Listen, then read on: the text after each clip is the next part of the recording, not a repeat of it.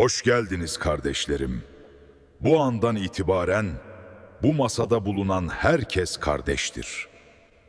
Eyvallah. Eyvallah. Aslan Reis neden burada değil?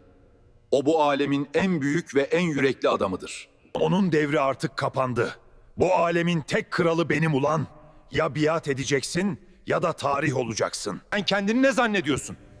Daha düne kadar reisin getir götür işlerini yapan bir ayakçıydın sen lan.